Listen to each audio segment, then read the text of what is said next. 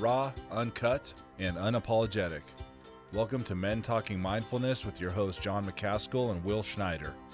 Here we focus on helping men and those with men in their lives solve some of life's complex challenges through understanding the practices of mindfulness and how they can help.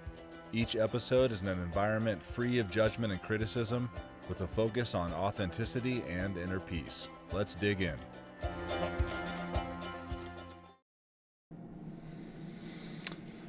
Hey, Will. How you doing, man?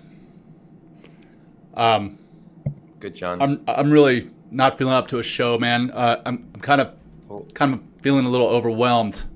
I think I'm just gonna sit here and scroll through social media. Again, not really feeling up to a show. John, we have a show today. Like we promised each other, we're gonna do a show on overcoming procrastination. Remember? Yes. All right. Gotcha, our audience. In all honesty, how many of us actually do feel that way right now, or have felt that way in the past? I know all of us have felt that way. So welcome to the Men Talking Mindfulness podcast. We're not always crazy like that, but we are always crazy. I'm Jon McCaskill, and each week my co-host Will Schneider and I, we work to break down a different side and aspect of mindfulness, and we try to make it meaningful to you. And this week, we're jumping into the subject of procrastination, hence the opening. Today, we're going to be discussing what procrastination is, common procrastination methods, and we want to hear from you. We want to hear from you, our audience, in the comments. If you're watching live on Facebook, on LinkedIn, on YouTube, wherever you may be watching, throw it in the comments what your favorite way, quote unquote, what's your favorite way to procrastinate, right? Maybe not favorite, but most used, right? And then what procrastination, we're going to talk about what procrastination does to us mentally, emotionally, and even physiologically. Will's done a lot of research. I've got to be honest, I did procrastinate on doing my own notes and research on this, and Will's going to be carrying us big time today. So anyway, we're going to be discussing what procrastination does to us mentally, physiologically, and emotionally, both the bad and, surprisingly, the good parts, and then ways to overcome that procrastination. And we're going to be getting into much, much more in this show. But before we get into that, I'm going to turn it over to my co-host, my brother from another mother, Will, there in New York City. It's, hey, great to be back, guys. And good to be with you, John. Lindsay's in the background, taking notes for us. I love this show. I hope you all are loving this show out there. And maybe it's time to get away. Maybe it's time to unplug from all the emails, the social media, all the digital distractions. What would it be like to release your stress, hit reset, rejuvenate your body, your mind, your soul, and have some fun? Well, we have that solution for you if you want, right? If you want to join us, you can sign up for our Mindfulness Adventure Retreat that's happening May 18th to the 21st on the east side, on the East Coast in upstate New York, in Claverack, New York. We still have space for you. We're going to have this 4-day, 3-night immersive experience that we're going to breathe, we're going to move, we're going to get mindful, we're going to get to know our other participants that are on the retreat. We already have several right now, and we only have a few spots left. This retreat also includes a 4-week integration program. So this is what the last group that we had, I was very excited, not just to do the experience with them, which was an amazing time, like having me, you, and Teresa there, and having our 8 students and being in Durango, Colorado, and having a blast, and not just learning about mindfulness and movement and meditation and breath practices, but like riding horses, shooting guns, and stuff like that.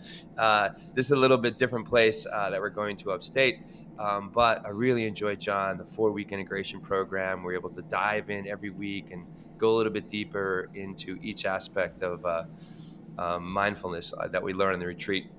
It really helped to bring it into our lives. And that's why we're doing the integration program. And we're doing the retreat because, I love this digital footprint. I love doing the show, but we have like a, 3-minute, breath practice. We have meditations out there in the digital space as well. But this gives an opportunity to get together, experience a common humanity, and learn from one another and learn these practices in real time. So I'm very excited for it, and I'm excited to see, last couple days, we've got a couple new reservations that came in.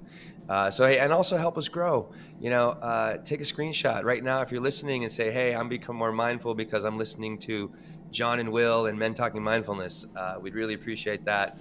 And we are growing, and we thank you for helping us to grow. Another way, leave a review for us. If you're on Apple, you can kind of scroll to the bottom, give us a 5-star review if you feel it's worth 5 stars, but I definitely feel it does.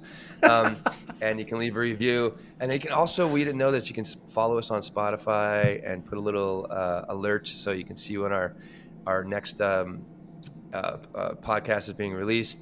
Our YouTube is growing as well. You can hit us over there at youtube.com. At Men Talking Mindfulness. And last thing we have, it's March 1st. Is that right, John? March 1st. It is March 1st. New March 1st, right?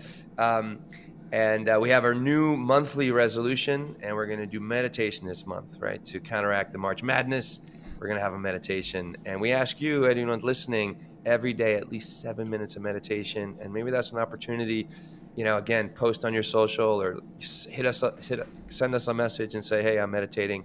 I mean, also to support that meditation, those meditation practices, we have several meditations on our platform that you can just listen to and follow with that guided meditation. And I think that's all I have to say, John, but we have lots to say about procrastination. Where should we begin? Well, let's start with our grounding practice. Let's not procrastinate on that. And I got to say, we got in the comments, for some reason they're not showing up here, but they're showing up on our social media. Justin Clapsaddle says, I was going to listen to this show, but I guess I'll wait until later. And then Cassandra says, sleep is her favorite method of procrastination. And then Steve says, my favorite method of procrastination is watching live streams instead of working, which I guess that's what's happening right now. So we appreciate that, Steve. There's going to be a lot of jokes coming in today, John. Oh, because, I know it. I love it. Everybody's a fucking master procrastinator. Yes. And if you're not, I want to please come on the show. We want to talk to you. There's a classic meme. You need to know about. There's a classic meme. I forget exactly what it says, but it's a sign out front of a store, and it says the Procrastination Foundation meeting next week. Yeah, exactly. And that's how I feel about procrastination. But yeah, all right. So without further procrastination, let's get into our practice. All right. So for those listening or watching for the first time, this is how we open the show, or at least 10 minutes into the show, however long we're into the show. We practice what we preach. We practice a grounding practice, just some simple breathing, and then we wrap up the show in the same way, just to get you, our audience, focused and kind of back into that green. But we also do it for ourselves, 100% honesty. I mean, because Will and I get excited about these episodes, and if we just went right into the meat and potatoes, a lot of what we want to cover would probably get lost. So here we are. Let's get into that practice. Let's get into a position that is both comfortable and safe. And when I say safe, I mean physically safe and emotionally safe, whatever that looks like and feels like for you. And then just bring your attention intentionally to your breath. Don't force anything, but just notice the physical aspects of your breath.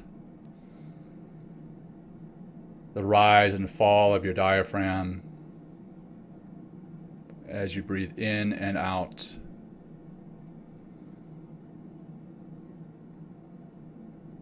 How the air feels and where you notice it entering on the inhalation,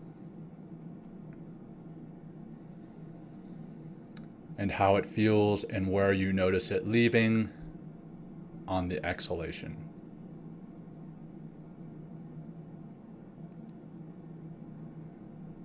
Notice how your breath expands your chest and belly on the inhalation,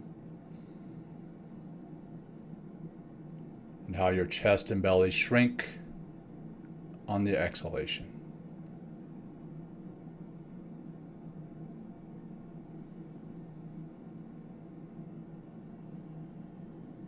And even in this short practice, you may have noticed that your mind has wandered off somewhere, some other place, some other space, some other time, and that's perfectly okay. Just bring your mind and your focus back to the breath.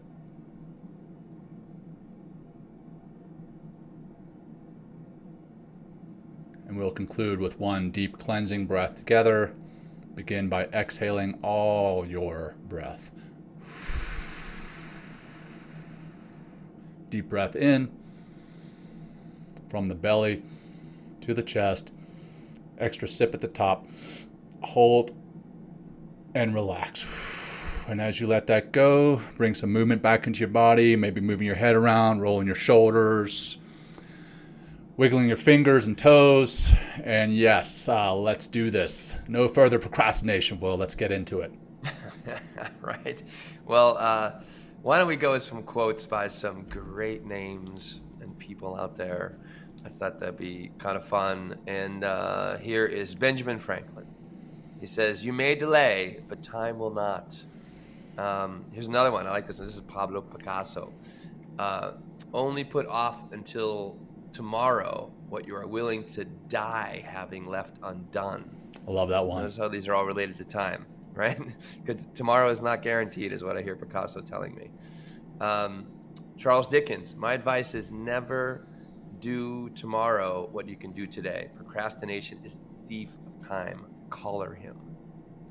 And Abraham Lincoln, "You can't escape the responsibility of tomorrow by evading it today." So those are all, I don't know. That is always good. I like that. Put a little reference for yes, it actually reminds me when I was at the Naval Academy. We used to do these things called chow calls, and for my fellow Naval Academy listeners, you're going to get this.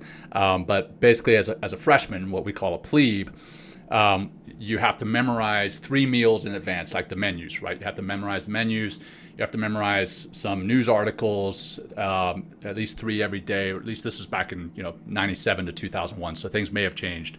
But this was back when I was going through. You have to memorize all these things, and then 10 minutes and 2 minutes before every meal, you as a freshman go stand out in the hallway, and you start yelling all these facts. Hey, what time formation is, the meal, blah, blah, blah. And the upperclassmen come and yell at you. And it's basically supposed to serve as a stress inoculation.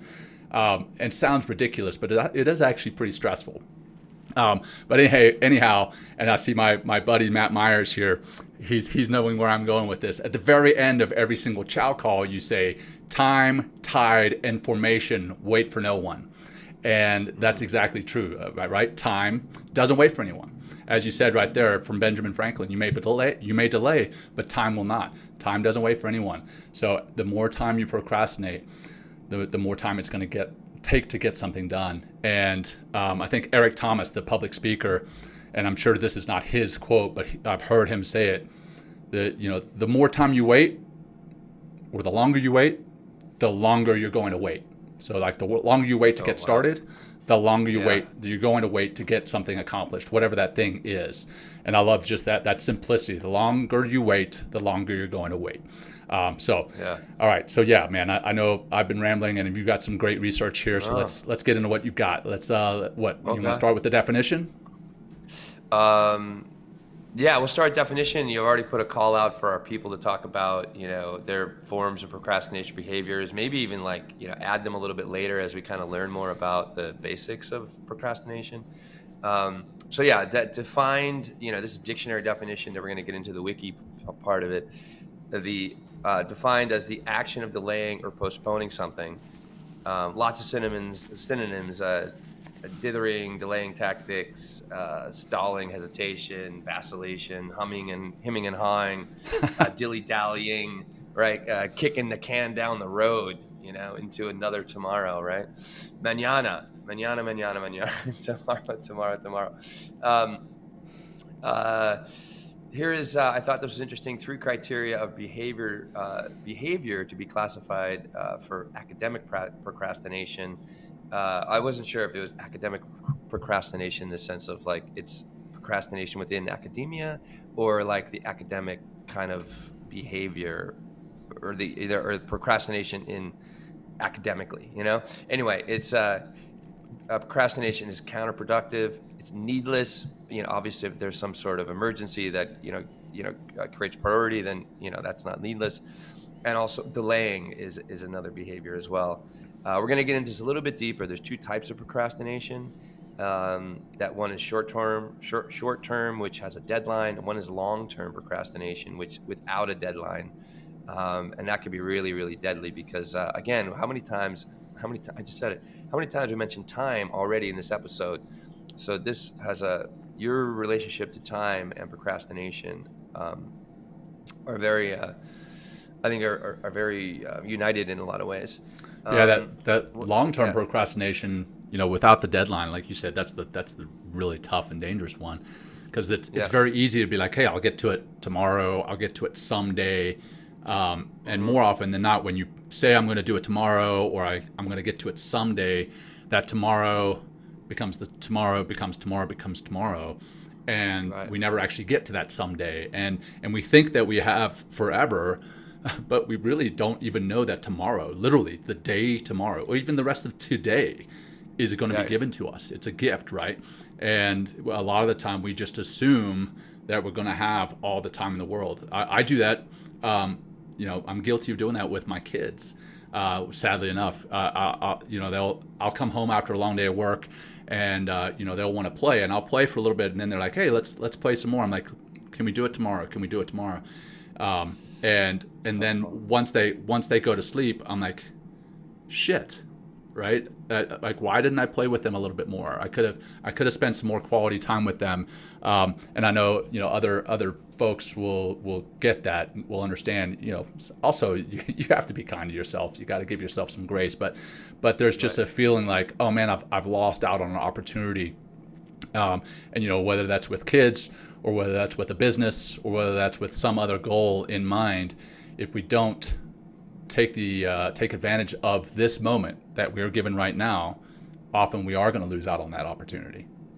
Yeah, I mean, that's what I like. Why Pablo Picasso says, at the end, he says, only put off until tomorrow that you are willing to die having left undone. That's so awesome. It's like, again, there are no guarantees for tomorrow, and I think like when you put yourself on that time continuum, that it can end, hopefully we get through the show, John, without but it's like, but I don't know. I mean, I imagine I'm going to make it to the end of the day, but there are no guarantees. Yeah. Have you, I don't know if you're watching, I know you don't have a TV, so you don't watch a whole lot of TV, but my wife and I have been watching this new series on HBO called The Last of Us. I'm sure some of the I do stream audience. Things, John. So I do. I'm sorry, I do stream things, but I don't have like a TV with cable. Okay. And shit, Check. Yeah. So, The Last of Us is basically another zombie apocalypse kind of movie, but it's specifically about, and it's funny because it's kind of ties to our show in that we've talked about psychedelics and mushrooms.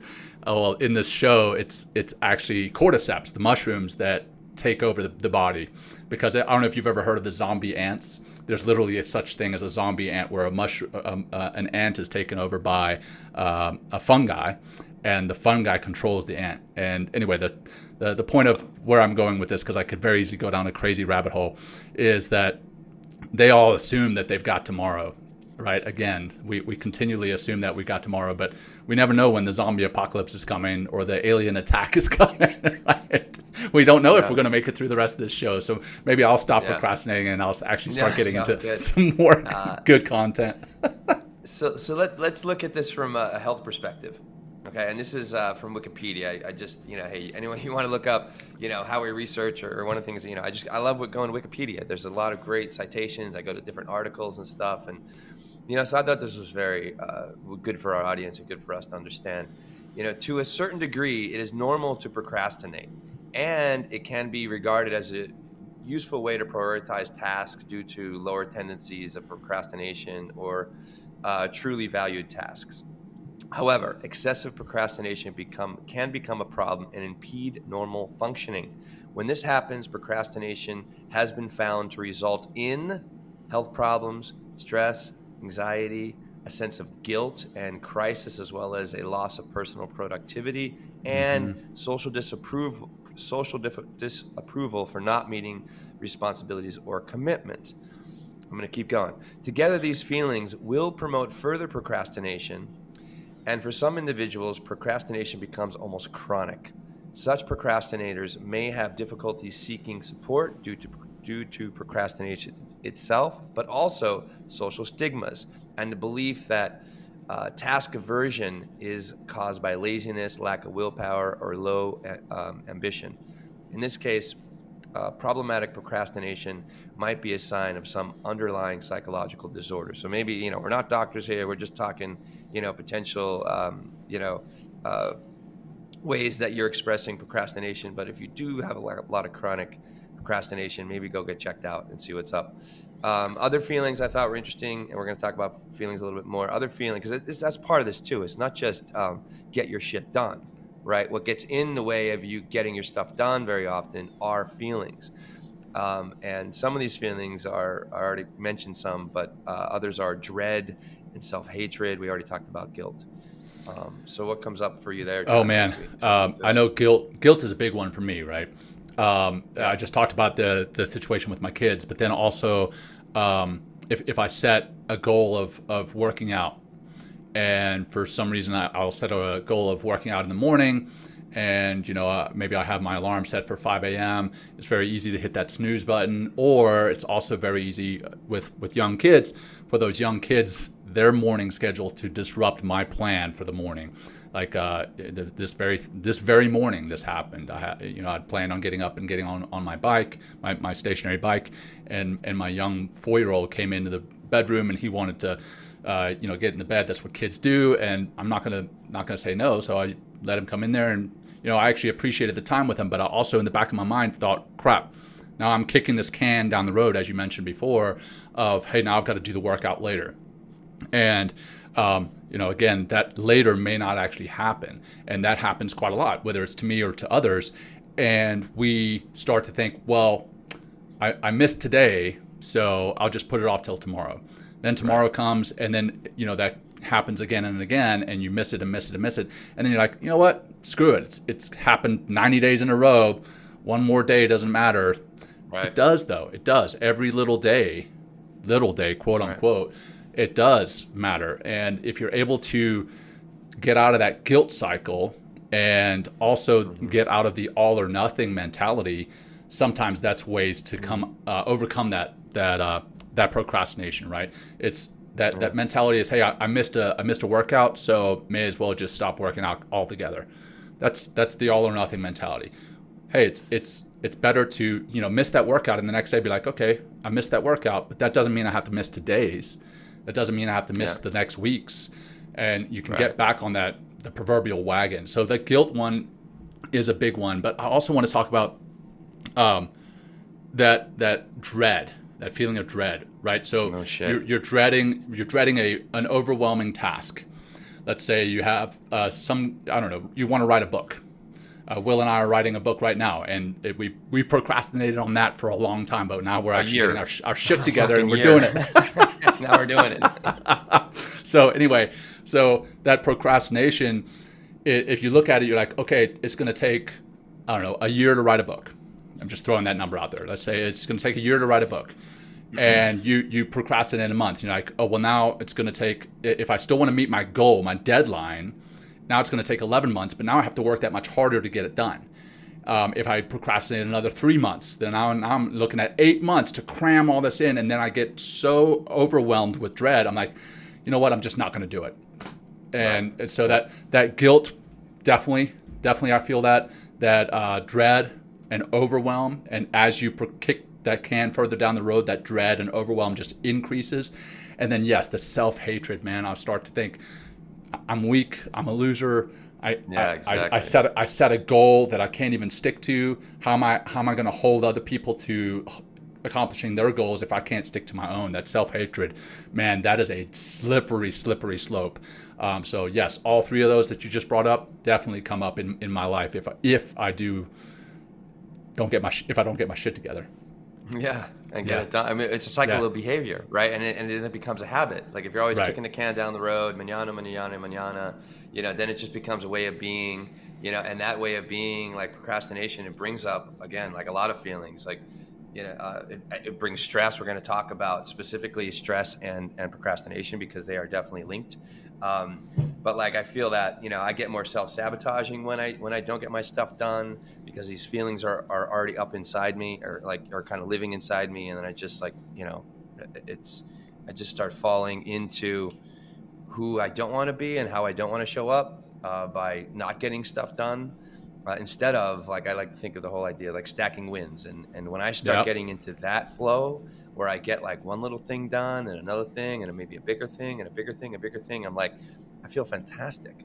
Like I don't have that dread. I don't have that guilt. I don't have that sabotaging voices. And it goes the other way. I'm like, my voice just what it says. You're kicking ass, Will. You're an amazing motherfucker. I'm just kidding, right? But for real, I know we're gonna have an episode in a few months on dopamine, and we can talk about that. Yeah. But man, that when you start to get those little goals, you're like stacking those wins, and Andy Reese talked about that on his episode of accomplishing your goals. Stack those little wins, and I actually took a kind of a play from his playbook indirectly. But this month for March, again coming back to our new month resolution, I want to meditate every single day. And I want to work out every single day. Now, I don't want to crush myself every single day, but I want to do something physically to maintain my wellness. I want to do meditation, some form of meditation. I'm trying to do an hour every day. So I broke out my calendar and I wrote meditation at the top and workout at the top. And I drew a little orange circle for working out and a green circle for meditation.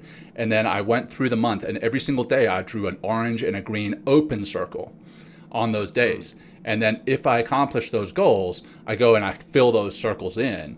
And that's the little dopamine hit, right? And I know Andrew Huberman, if he's ever going to listen to our podcast, he'll be like, oh gosh, the dopamine hit doesn't actually exist. There's no such thing. But everyone knows what I'm talking about. You get that kind of sense of, hey, accomplishment, you felt good. And as you stack those wins, maybe 3 or 4 days into the month, I'm like, all right, I've got 3 or 4 days in a row. Let's go for 6. Now I get momentum. 6 days. Now I go for longer and longer, and you get that momentum. Exactly, you get that flywheel started. So that's stacking those wins and appreciating those wins, not just doing it, but then acknowledging the fact that you've done it. That's huge. Yeah, I mean, it's so true. It's so true. It's like we can have our actions work for us, right? And therefore our neurochemistry comes with us, right? In order to feel, empowered, productive. I'm more peaceful, John, when I'm so fucking chill, John. Yeah. When I'm not sitting on a bunch of shit that I procrastinated on. When I get out, my mind's clear. I just feel so much better. When I'm actually when I'm procrastinating, like literally that dread and that self-hatred is really two of my, and all that stuff kind of comes. It just opens up that Pandora's box of all the negativity bias on the inside, which we need to stay away from. Why don't we go to the brain of procrastination? I thought it'd be a good thing to talk about next. Yeah. Yeah, let's do it. This is more wiki. Research on the psychology roots of procrastination have been concerned with the role of the prefrontal cortex, the area of the brain that is responsible for the executive brain function, or is called executive function, such as impulse control, attention, and planning, right? That's the things that executive function do for us. Cognitive flexibility is one of it, inhibition control, so shutting out distractions, but also when it's online, our working memory is intact too, which helps to inform the present moment from the past. This is consistent with the notion that procrastination is strongly related to the opposite of what EF does, right? So procrastination is exactly the opposite of being in. I was just talking about this earlier today. I was teaching a class. It's like, when you put yourself in, when you're like kind of the master of your domain, right? Now Seinfeld reference, right? When you're in the master your domain, in which like your emotions are controlling you, the outside forces are controlling you, other people's expectations or other people's priorities of what you should be doing are controlling. You're in control. Like you're getting your shit done. Like you're filling those little dots you talked about, or going through that, being strategic in what you're getting done. But the opposite is true. Like when we, so we're really talking about sympathetic nervous system versus parasympathetic nervous system, fight, flight, freeze versus the calm, cool, and connected self. So when the prefrontal cortex is online, right, and this is executive function is activated, also acts as a filter, decreases distracting stimuli from other brain regions. It also goes on to say here, damage or low activation in this area can reduce one's ability to avert diversion, which results in poor organization, a loss of attention, and increased procrastination. So and this is why, this is why we practice. This is why one of the big reasons we have this show to talk about mindfulness is because and that's why we're doing this month of meditation. It's like, if you begin to develop a practice and not procrastinate and do it tomorrow, right here today in the morning, set a schedule, put your ass down, show up and do it. Things can really change, because again, you're taking ownership for your time.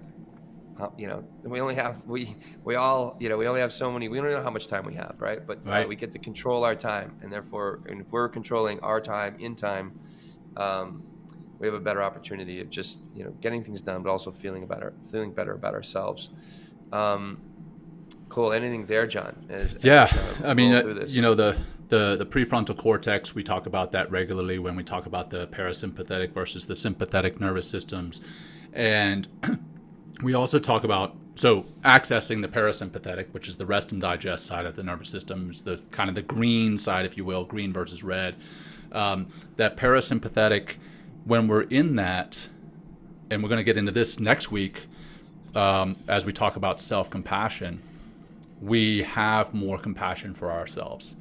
And when we are, in fact, procrastinating, that comes back to that guilt and that dread and that self-hatred. I think when you are practicing mindfulness and meditation, that's going to put you into that parasympathetic more often. And as you're in that parasympathetic more often, you're going to have more compassion for yourself.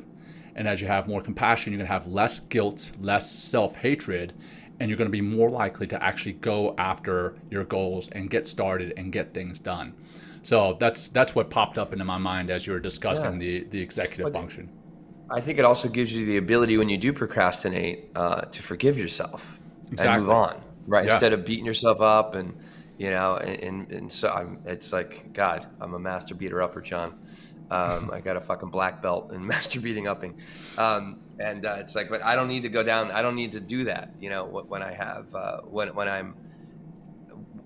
I'm practiced, and also what the practice is going to help you to do, like especially meditation, or maybe it's breathing, or just even just getting out without, and just getting in your body a little bit. It creates it continually develops a stronger relationship to what the experience of being present is.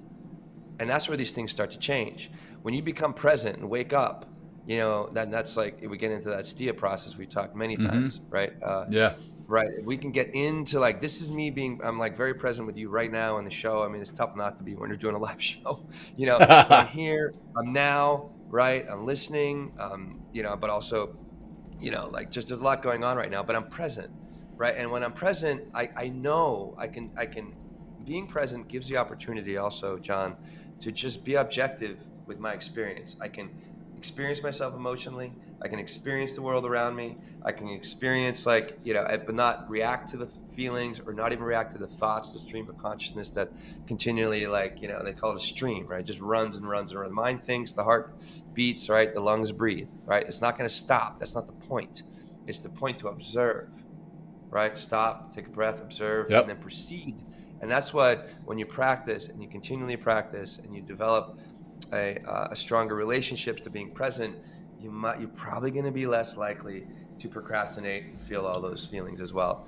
I thought it'd be anything, John, from that, or well, I've got some things, but it's going to tie into some of the other stuff that we're going to cover later. Okay, so great. Let's keep going. So I think all you sneaky procrastinators out there, I thought this would be kind of fun to talk about here. These are several emotionally oriented strategies, right? Fuck, right? So nefarious, procrastination, isn't it? These are emotionally oriented strategies or coping styles, and self-handicapping, okay? So check these out. So these are coping behaviors, responses of procrastinators include the following, right? So number one is avoidance, right? And that's avoiding the location or situation where the task takes place. Right. So talk about meditation, right? You have one spot you do your meditation, and you just continually walk by it. Don't look at it, avoid the building you're supposed to go into, take the long way around the gym so you don't have to see the gym and feel more guilt. Right? That's like you've seen my downstairs gym, right? I've got a nice downstairs gym, and you have to actively step into it, but I will bypass it. Like, and you have to pass it on the way to my kids' bedrooms to, you know, put them to sleep or whatever. I will pass it and just like in the like this peripheral, I'm like, oh, there's a gym over there, but oh yeah, I'm not going to use it. I avoid it at all. Well, I mean, when I am procrastinating, so that avoidance absolutely rings true, man. Rings true. That's one. There's 5, 6 more, I think, right? So denial and trivialization, right? This is what that means. Denial and trivialization. I said that very well. I'm very proud of myself right now. Okay. There's a lot of syllables in that word. Pretending that here's another word. Pretending that procrastinatory behavior is not actually procrastinating, but rather a task which is more important than the one you're trying to avoid, or that the essential task that should be done is not an immediate importance, right? So you're just like playing with the devil there, you know? Yeah, it's like, yeah. You know, not so denying. You guys, I love that you got so wrapped up in the fact that you said denial and trivialization, right? And then you tripped over yeah, exactly. And procrastinatory, right? Oh God. Anyway, sorry, man. I love you, brother. Okay, another one. Distraction, of course, right? Distraction. Engaging or immersing oneself in others' behaviors or actions to prevent awareness of the task, right? So doing something else, you know, we actually put a poll out, John. I should go check it right now. I could tell you what the winner was. So I know you said, you know, what are the different things that you can do as far as procrastination? I think it was like washing your car, social media, laundry, and a couple other ones. And somebody commented on your post saying, well, all the things you listed were actually productive except for checking social media, and social media was off the charts. The winner by far. Like that's it's very easy. I think if you had put Netflix on there, that would have been a you know, a top performer too. And you know, funny thing about Netflix, when asked, I think I've covered this on the show before, when asked what their number one competitor is, you would think it might be Amazon Prime, it might be HBO. Paramount or HBO. It's not. The number one competitor for Netflix is sleep. Exactly. Wow. Yeah. So, yeah, social media is definitely a big distraction. Okay, here we go. Oh boy, here's some words. Okay. You want me to hit it? You got it, John. Please, thank you. All right. Descending counterfactuality. It's comparing consequences of one's procrastination or procrastinatory behavior with others' worse situations. Hey, you know what? They're not getting into the gym. So I don't need to get in the gym. Hey, it's been a week for them to get to the gym. I can skip today, that kind of thing. So descending counterfactuality. What is it? The next one, valorization. Well, no, hold on. Let me just stop right there. Yeah, so that brings up Gifts of Adversity with Marcus Aurelius Anderson. He goes, misery loves company, but it loves mediocrity more. Is that right? Yeah, that was it, exactly. Man. Yes. Okay, go. All right, so valorization, pointing in satisfaction to what one has achieved in the meantime, while one should have been doing something else. So maybe you should have been doing your taxes. I just did my taxes yesterday, and maybe I should have been doing my taxes earlier in the year. And who knows? Maybe I washed my car. I'm like, oh, look at how great I am. I washed my car. Well, maybe I should have been doing my taxes. So that's like highlighting something that you did that wasn't necessarily a priority. All right, next one, blaming is delusional attributions to external factors, such as rationalizing that the procrastination is due to external forces beyond one's control. I may have just done that. Literally, as I was explaining my morning routine, I may have blamed it on my son, right? I blamed it on my son coming in my room. Well, maybe the better thing would have been to actually put him aside, leave him in the bed, and go and get my workout in. I don't know. Or tell him put him on the bike with you, John. Put him on. Yeah, that's right. You're 4 years old. Let's get it. Good. Yeah. And you want to hit that last one, man? Yeah, the last one is mocking, right? And again, all these we just talked about are coping behaviors or responses of procrastinators, right? And this includes mocking, using humor to validate one's procrastination. And I probably, I do that. I'm like, for sure. I mean, we're doing it right in this show, right? So that's an easy one. Yep. Okay. And we talked So about those are, I thought those behaviors are interesting. Yeah, John. Oh, for sure, man. And I'm guilty of every single one of them, and I'm sure everyone listening is guilty in some form or fashion of every single one of those too.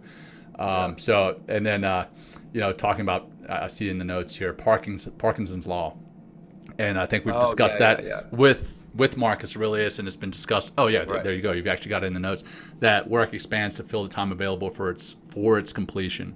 I remember when I was going through SEAL training, there was a more senior officer, fellow Naval Academy graduate. He always used to tell us that, hey, we don't have a deadline on this task, but I'm going to put a deadline on it, because if we don't, the task is going to fill the time available for its completion. That's what he always used to say, and he was absolutely right. Even without a deadline, it would just expand and expand and expand infinitely. Right. So you've got to get started. And talking about getting started, and the whole dopamine piece that I was mentioning earlier, I'm going to mention a fellow Navy SEAL here who's very, very well known in this kind of world, Jocko Willink. He's a motivational speaker, former SEAL, hard as nails. Anyway, on his podcast, he talks about ways to overcome procrastination, and he says it's easy. You just take that first step. You just get started. You get moving. Yeah. And our business partner, Dr. Teresa Larson, she says that action has to come before the motivation. A lot of the time, we sit around waiting for the motivation, the inspiration to hit us to get something started. But most of the time, we've actually got to get started to get the motivation. So it's counterintuitive. Right. Exactly. And then, coming back, sorry, I'm totally talking about a whole lot of SEALs here, but Admiral Bill McRaven, his famous speech, I think it was at the University of Houston. I'm probably wrong, maybe Texas. Anyway, I'm going to get beat up for messing up where that speech was, but he talks about making your bed. Get up, make your bed. Yeah. And as you make your bed, you get that first little task done, check. Like I remember growing up, I'd be like, why the hell do I need to make my bed? I'm just going to get back into it later. Well, if you make your bed, you accomplish something, and you accomplish something right off the bat. And in your mind, you've got that flywheel, that kind of momentum that we talked about before. So that's a huge piece, and and that can be also motivation to get out of bed, right? Again, I talked about hitting that snooze button. I forget who it was. It's a female motivational speaker, but I don't forget her name right now. But she talks about how she had gone into a lot of debt, and her marriage was struggling, and it was all fixed when she started getting out of bed when her alarm went off. And her alarm would go off, and she would hit the snooze button, and then she would beat herself up for hitting the snooze button. And throughout the day, she had that guilt monster, and was just that negative self-talk was with her throughout the day, and it affected her relationships with herself. It affected her relationships with her family. It affected her relationships with her friends and coworkers. When she started flipping that, her alarm would go off, and she started counting down as though NASA was there. And you'll hear her when she talks, again, I'm forgetting her name, but she would say, I would count down 5, 4, 3, 2, 1, and then get up. And once she started doing that, she started celebrating herself. Just that one little change, she started celebrating herself. And when she started celebrating herself, her relationships with everyone around her changed. So a lot of the time, it's not the motivation that's going to come first. You got to take that step, and the motivation comes next. Yes, take that action. That's like, I was doing some research, and Mel Robbins talks about that. She's like, just start with whatever the task is. Start 5 minutes. 5 minutes is all it takes.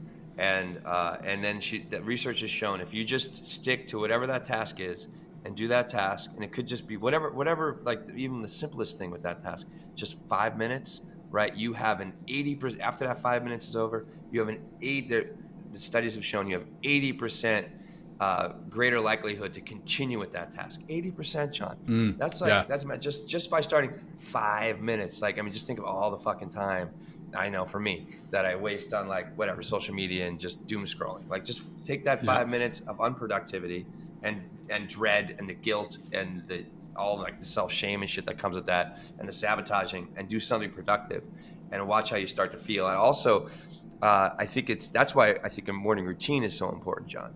So not only Oh, does for it get sure. you out of bed, but it gives you something to do. But also it gives me, for my routine, it's like I get up, I either read or journal, depending on what's like kind of coming up for us or whatever's coming up for me. And then I'll do some physical activity, just even like yoga for like, 5, 10, 15 minutes, meditate for 30 minutes. And then I'm like ready to go, Yep. and then I start my day. And then it's like, I'm a hell of a lot more likely to just have a more productive and more successful day when I just access that morning routine. Right. Yeah. And just stick with it. The basic daily routine. That's something that we were taught in the military. It's huge to actually have that basic daily routine and stick to it. It can be a game changer. Yeah. Why don't we just talk about there's just basically the two types of procrastination I thought was we've kind of tapped on or touched on them a little bit. One is short-term procrastination, and it's considered short-term because it has a deadline, right? And that when you have a deadline, and that that time keeps ticking towards that deadline, you're gonna wake up one of these moments, right? I was listening to some TED talk, and the guy was saying like the panic monster shows up, right? And when the panic monster's in the house, it's like, I gotta get shit done because like March 1st is March 1st. It's not the next day, like I lose out on the opportunity, or I fail that class, or whatever. I get fired from my job if I don't get that done. So, but then it's like the long-term procrastination is where things get really very challenging and very slippery, because number one, there's none of that panic monster, because it's just got like, forever. Tomorrow I got forever. Yeah, I got forever. You can, and literally people live there. I feel that's sadly the way a lot of people go to the grave sometimes, is like not doing that one thing, starting that one thing that might have changed their life. Instead, they just keep kicking the can down the road. I mean, in our episode about breaking up with sugar with Molly Carmel, she talks about the deference, right? And how easy it is to just defer everything to the next day, to the next week, to the next month. I mean, how many of us start New Year's resolutions on January 1st, but we don't start that New Year's resolution until January 1st, when we could have started it 3 months before, because we're deferring. As soon as the next day after we set it, right? Yeah. So like, when's the best time to get started on something? Right now. When's the best place? Where's the best place? Right here. So that's 100%, man. That just kicks the can down the road, man, and eventually that road ends. Yeah. I mean, this is like also the road of long-term procrastination, right? The slippery slope of it, right? So it's less visible, right? Long-term, because they don't have that deadline. It's less talked about too, because you're not like, like, oh my God, I have to get this thing done by such and such a date, and like, broadcasting your problems to everybody. Where if you have like that dream inside of like whatever that is, and like in order to access that dream and start to live that dream, you got to take that first step, but you never take that first step. And the guilt, the shame, and the stacking of the mañana, tomorrow, keeps it quiet. It's less visible, it's less talked about. This can also, long-term procrastination can create long-term unhappiness and regret. I know I've felt that before. It can make you feel like a spectator in your own life instead of actively doing something that you're passionate about. You're just kind of watching yourself procrastinate another day. And I like this. I thought this was an interesting tool. It's like, if you look at how many weeks there are in a 90-year life, how many weeks there are, that's like what, 400 and, more than that, man. 52, 52, and 4,000. Yeah, about 4,500 or something like that. So how many weeks you have in a 90-year life? Maybe looking at that can help inspire you to start working on your dreams. Realize every week it's like wasted. Yeah. I order, and it's kind of I don't know, morbid to think about this at first, but I had a calendar that I ordered from Amazon. You can actually get these that are like how many weeks are in a 80, 90-year life, and it's got a little black box that you just shade in for, if you're 45 years old, which I am, however many weeks that is, you shade all the weeks that you've already lived, and then you look at how many weeks you have left to live, and you're like, oh, you know what? I better start moving. I better start getting this stuff done, right? I better start writing that book. Yeah. So I mean, I wrote here, it's like how to overcome long-term procrastination. It's like, well, first set a deadline for yourself, and then again, that's like with yourself. So why don't you bring in somebody else, like hire a coach or leverage the power of accountability? It could be a great way. It's like, get somebody like, hey, Talked about like that. maybe it's your spouse, maybe it's your best friend, whatever, someone that you can really rely on to help you accomplish what you want to do. And is going to, and also I would also add here, I'm going to add something else here. It's like, I have some consequences, Right. for every time I don't do this, then I must do that. And if the consequence is significant enough or something that you really dread, then, hopefully you'll overcome the dread of the feeling of procrastination and really start kick your ass in gear and get something done. If you've ever read Cal Newport's book, Deep Work, I'm going to forget the name of what he recommends that you do. Grand gestures is what he calls it. Like if you want to write a book, there's some famous authors who have literally gone and bought a plane ticket, the longest flight on Earth. What is it? New York to Tokyo or something. Bought that plane ticket so that they'll be away from all distractions. They will be away from Wi-Fi, although now Wi-Fi is available on a lot of flights. But they'll get on this flight and type away for the flight from New York to Tokyo, and then flip that as soon as they land in Tokyo. Rather than going into Tokyo and getting a hotel room or whatever, they just go sit in the airport, wait for the flight back, and fly back. Wow. That's that grand gesture. That's another example is going and renting or getting a hotel room, very expensive hotel room for the weekend, and writing over the weekend. Another example, right? And many of us have done this. Come December 31st, we go and buy a new pair of running shoes, some shorts. Hey, these are my new workout shoes. I invested in these, so I'm going to get into the gym. Maybe that's what works for you, but that that grand gesture, an investment in achieving your goal, that's incredibly helpful. Yeah, well, you're putting your money where your mouth is, or you're putting your ass on the line, right? And it's like, I could see that definitely working. So it's like, yeah, I mean, that's what's beautiful about all these tools. It's like, you can create, use information and advice like you just gave, John, from taking that grand gesture to be like, what, this is how important. Like, if you really do some soul searching, you really kind of look in, and there's a reason that dream keeps nagging you, because there's something in there for you, and the only way you're going to find what's in that box, in that dream, is by starting to do it. And if you have trouble starting, like, that grand gesture could be a great way to. And it's amazing, John, when you take that first step on that path, how it just, like, not only do a lot of doors open and a lot of synchronicity might be experienced, but opportunities start coming your way. But you just start.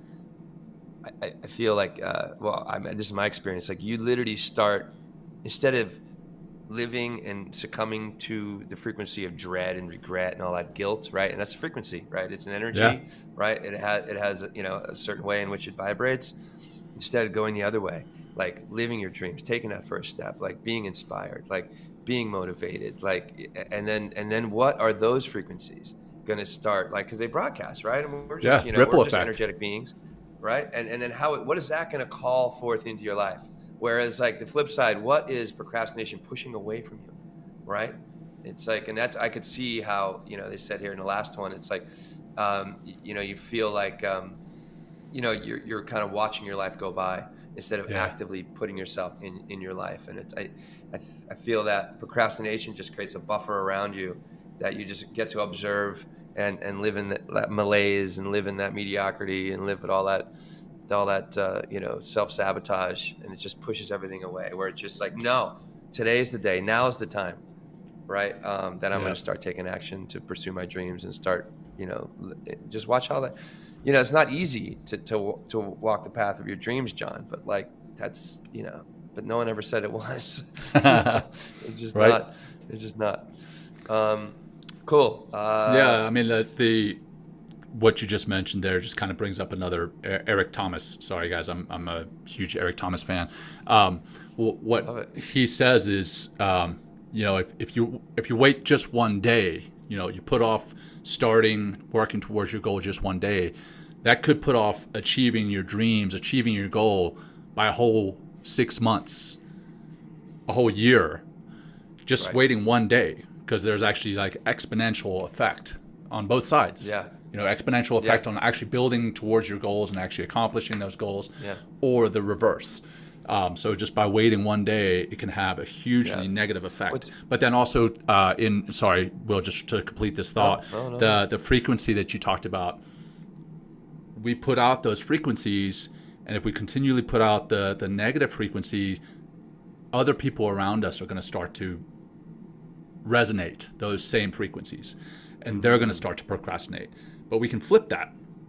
If we are working towards our goals and we're not procrastinating, then those around us can also have those same frequencies resonate in them, and they can start working towards their goals. Just like you talked about, Marcus Aurelius is saying, hey, misery loves company, but not as much as mediocrity. Well, if you are not being mediocre, then those around you are going to start to see that, and they might start to emulate your actions. So it's not just good for you, but it's good for those around you as well. Yeah, very much so. I love being, you show me your friends, I'll show you your future. If you're around a bunch of people that are inspired, motivated, getting their shit done, stacking wins, when you said about, what you said earlier, like you're knocking down one domino that you don't do, you can just knock dominoes and then in that negative way, and take you further away from what you want to do, right? Versus like knocking that domino in a positive direction, and that's going to take you one step closer, one day further into your dreams or into whatever you want to accomplish. Like it's all there. I mean, energy is real, and I think like we don't take that into it because it's considered woo-woo John or hippie shit. You know what I mean? But now we're waking up to it, right? It's real. It's real. It's absolutely real. All right, let's talk. I know we're getting close to time, but I think we're good, right, John? We can go another 10, 15 minutes. Okay. Let's talk about stress and procrastination quick, because there's a link there, and then we can close by how to overcome procrastination, which we touched on a little bit. We can get a little more granular. So stress and procrastination. This is from, how about this website, John? What a win for these guys. Solvingprocrastination.com. Love that. Good branding. They must get a lot of hits. And this is from solvingprocrastination.com/stress. And they said procrastination is associated with stress in two main ways. Procrastination can cause stress, right? And stress can cause procrastination. So for example, procrastination causing stress. If someone delays getting started on a task, this can cause them to feel stressed out about the possibility that they won't finish the task before the upcoming deadline. Okay, so that's one way that stress can cause, or procrastination can cause stress. The other way, stress to procrastination. If someone's stress makes it difficult for them to focus on their work, this can lead them to procrastinate by doing things that don't require concentration, such as browsing social media, which we talked about was like number one on our poll. How about dangers? You want to go into dangers of procrastination and stress? You want to? So we talked about it right there. Procrastination can cause stress, and stress can cause procrastination. But what is the danger of procrastination and the stress that it brings into your life, right?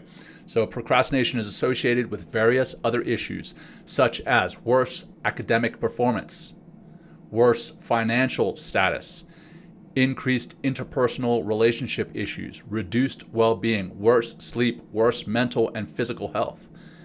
Many of these issues, such as mental and physical health problems, can also be caused by stress and are therefore at least partly attributable to the increased stress that procrastination can lead to.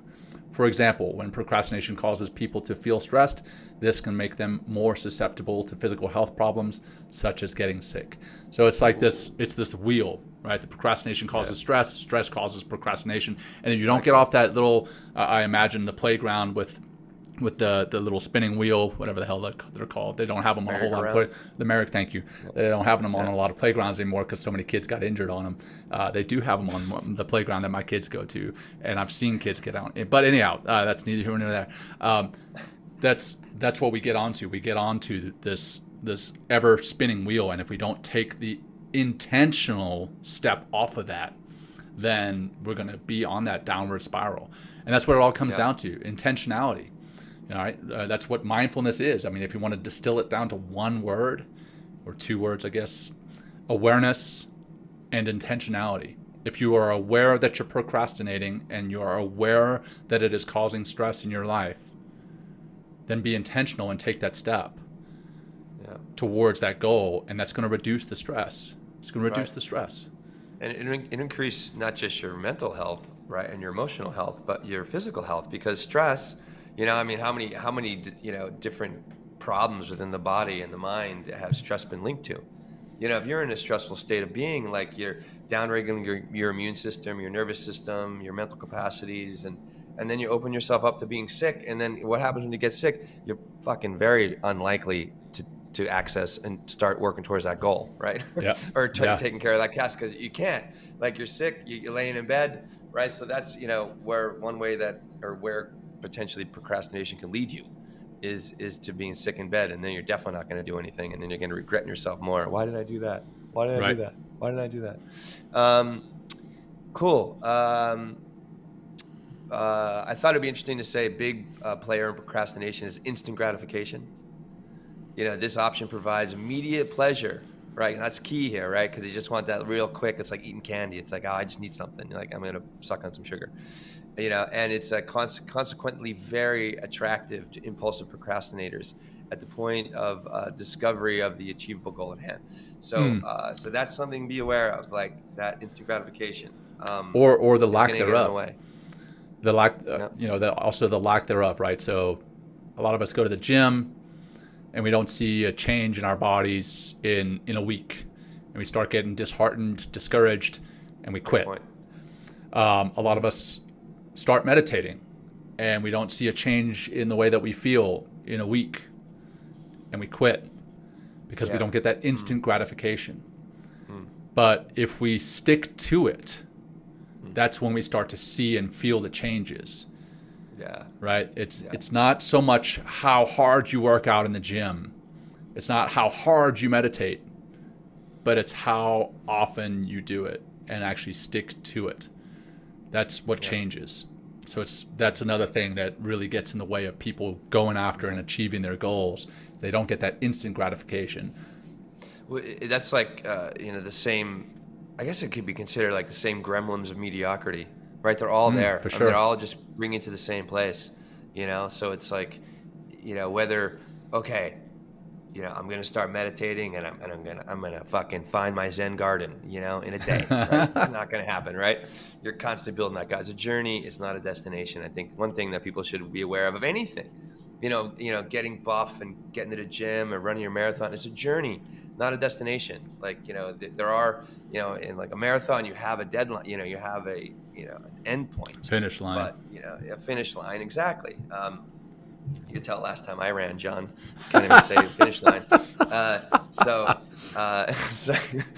here we go. So let's, I just wanted to bring that up. It's like, we're kind of all, you can go to dark side of all that negative bullshit, right? And the stuff that, leaves you feeling like shit, right? Or you can come into the light, right? By doing stuff that really inspires you, activates your heart, and just leads to a more fulfilling life. Overcoming, we'll just close with this. Yeah, let's do it. All right, got 4 things here. This is again from solvingprocrastination.com. Overcoming. To overcome procrastination in the long term, do the following. It says first one is set specific and realistic goals, right? So this could be a SMART goal, would be very good. I don't think we need to run through the examples here that they have, unless there's something sticking out for you for setting specific and realistic goals, John. No, I mean, it's just that's fairly self-explanatory. Very clear, right? Yeah. Assess your procrastination, right? So first, identify cases in which you delay unnecessarily to figure out what exactly you procrastinate on, whether it's studying or whatever, like painting your room or something like that. And how do you do it? By, cleaning, getting on social media, whatever. And then think about those situations to also figure out where and when you procrastinate. So whether it's at home or at the library, or or finishing a task in the morning or the evening. Finally, this is the final part of assessing your procrastination. Finally, figure out why you procrastinate. So that's due to maybe perfectionism, like I see that a lot in yoga class. Like everyone wants to have like the perfect pose, but they never did yoga before, right? I mean, that's just shit, right? Yeah. It could also be fear, anxiety, depression, ADHD, sensation seeking, or abstract goals, right? Again, we need the first one is set specific goals and realistic goals. Can And I cover the potentially last two? after reading about why people procrastinate. But go ahead, yeah, John. Yes. Sorry for the last two. Nope. For overcoming, create the action plan, right? So Yeah, actually sit down and be intentional, which we talked about, being intentional, creating that action plan. And it's all well and good to create that action plan, but you have to actually implement that plan, right? You actually have to do it. We have a saying in the SEAL teams where a lot of guys will plan a dive and what you got to do to actually, let's say, attack a ship.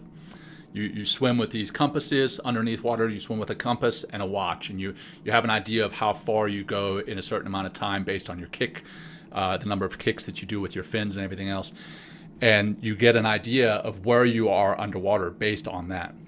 And a lot of guys will write out this real detailed plan about, okay, I'm going to swim at this heading on the compass for 3 minutes and 25 seconds. Then I'm going to turn and do this, and they come up with this really great elaborate plan, and it looks great on paper. But guess what? When you get underneath water, plans often go to shit.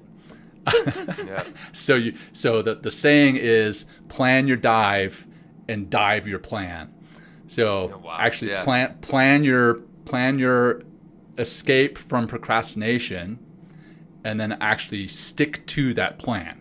Don't plan it and then kind of veer off. Granted, there's going to be changes, but don't just dump it completely. So dive or plan your dive and dive your plan. That's what we do in the SEAL teams, or plan your mission and actually do the plan.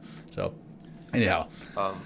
Fourth one. Go for it, John. Yeah. Well, that's it. I mean, what does Mike Tyson say? Is like everyone has a plan until they get punched in the face. Punch in the mouth. Right? Yeah. Right. Yeah. Yep. So that's it. I mean, create the action plan number 3, and then actually implementing it number 4. Right. Right. And there's lots of, we talked about, get a buddy. I mean, accountability is really powerful. Or, huge. Or just, but make it. I think it could be helpful, John, and you're very good at this, and I'm getting better at this. I have like a painted my wall black for this, like to put it in front of you instead of having it in your phone. Right. Yeah. I love that brick wall, John. Just kidding. Lots on that. But instead of having it in your phone, which is going to lead you, if you have like all your notes and all your dreams, all your plans in your fucking phone, right? Which, I definitely have a lot of stuff in my phone, but what are you going to be more likely to do? You're going to get on social media, you're going to break that focus and that concentration on what you're doing. So get it outside of yourself. Get it in get it on fucking paper, get it in on a whiteboard, get it on a chalkboard, right? And see it, right? There you go. I mean, that's the why don't you promote this Scrum on the Go, it's right? kind of getting blurred with my virtual screen there, but my Scrum on the Go board. That's what I use to get my shit done and to stay on task. Basically, it's like a task list, but so many people keep like you were mentioning there, Will. So many keep their to-do lists in their phone or even in a notebook. It gets lost. Like you put in a notebook and that notebook closes, it may as well be. It's out of sight, out of mind. This thing is in front of me all day, every day, so it allows me to get done what I need to get done. Shameless plug for the Scrum on the Go board. Scrum on the Go. Yeah. I think that's overcoming I think one thing from this is Mel Robbins. She has a really great talk on. She's really wonderful. I really enjoy listening to her. She could really forgive yourself first when you fall short or you start procrastinating. Forgive yourself, just by opening that door of forgiveness that comes from the heart, right? You have an opportunity to reset, and then you can get back on. You don't have to get into that self-defeating attitude and feelings. Which how many times we talk about them in just this hour. They just don't work. They're not going to help you, and right. I think John, I fucking just say time-tied information.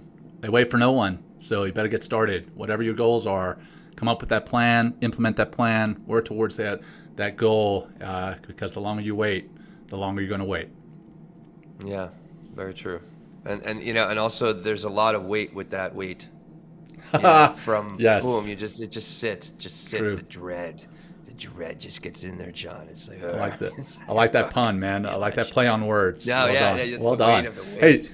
Hey, like, what do we say when we have a great saying? Freaking trademark that thing. Yeah, trademark. I got it right. The Men Talking Mindfulness. You know, the weight of the weight. For this, the weight of the weight. All right. I love it. Should we wrap it up, John? Or let's do it, man. Yeah, let's wrap it up with that closing practice, and let's call it a day. Yeah, and I'll just say that this closing practice could be, getting to that STOP, right? Stop. Take a breath, observe, proceed. Like, this can be what can help you to realize you're procrastinating, right? And hopefully pull yourself out of those feelings that come along with procrastination and the stress. Just to lift your head above enough, right? To observe, right? Taking that breath is going to help you observe, and then you can proceed in the direction you want and start knocking those dominoes down, towards accomplishing that goal.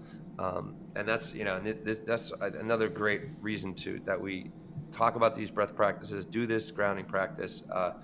And here's a way to activate that grounding practice when you're feeling the gremlins of procrastination and you're like lesser self.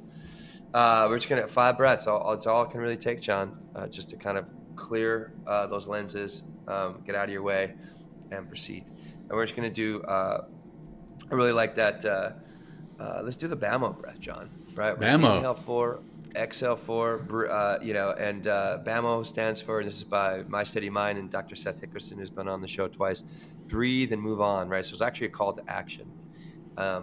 So inhale 4, exhale 4, we're going to do it 4 times, and then we're going to call it a wrap.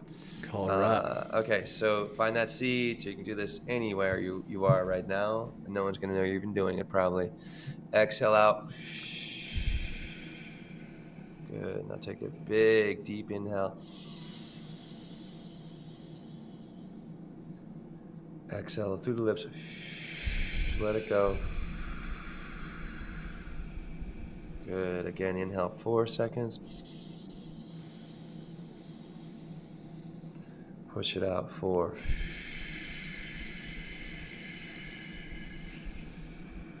In 4. Out.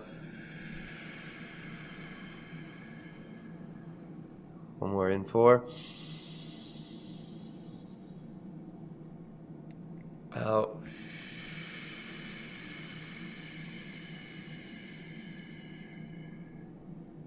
Good. And just take a moment and thank yourself for listening to this episode, making it to the end, learning about procrastination, and hopefully you're less likely to procrastinate in the future. And open your eyes when you're ready. And thanks, Will. John, I really enjoyed this today. Thank you. Yeah, me too, man. It's got me a lot of fun. It's got me inspired to take action. Like Marcus Aurelius says, action, not words, right? And I know Lindsay's probably over there in the corner, right? Yeah, smirking because the podcast where we all talk is all about actions, not words. But anyhow. Hey, thanks for that grounding practice, Will. And for those who are watching live, thanks for tuning in with your comments. Those who are listening later, thanks for listening. Please share the show with anyone that you think would benefit from this. We really appreciate you, our audience, and you are why we do this. And until next time, take care. Peace. Peace. Thanks, everybody. Thank you for joining us today. We hope you walk away with some new tools and insights to guide you on your life journey. New episodes are being published every week, so please join us again for some meaningful discussion. For more information, please check out mentalkingmindfulness.com.